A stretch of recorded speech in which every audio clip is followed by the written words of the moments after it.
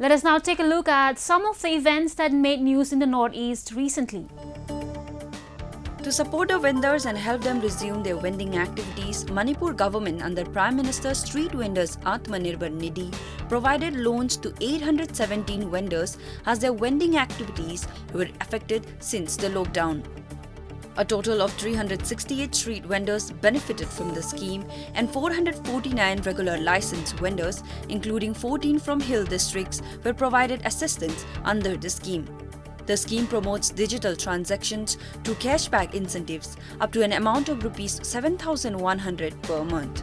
The amount of loan distributed ranges from Rs 10,000 to Rs 1,50,000. A man suspected to be an animal body parts trader was recently apprehended in Dadagri area of Bodoland Territorial Council, Chirang district. In an operation led by Chirang police, 46-year-old Basumatari was arrested for allegedly possessing 2 elephant tusks weighing 10 kg with 1 mobile handset and a raincoat.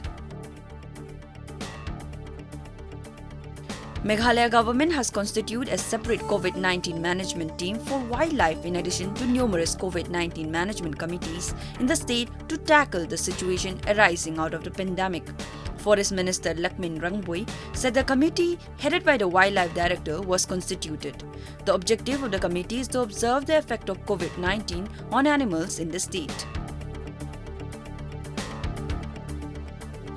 In its effort to map and understand the spreading of novel coronavirus in Assam, Sirijana Som, a non-governmental organization, has launched the first ever serological survey in the state. A serological test is performed to diagnose infections and autoimmune illnesses. It can be conducted to check if a person has developed immunity to certain diseases.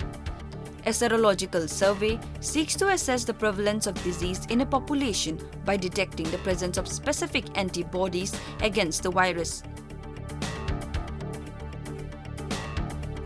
Meghalaya government recently allowed inter-district movement in the state and has urged the local authorities not to impose any restriction on inter-district movement of people.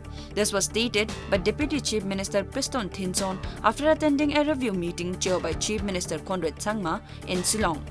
Thinson further stated that the state government will continue with its proposed one-week closure of interstate border from midnight of August 31st.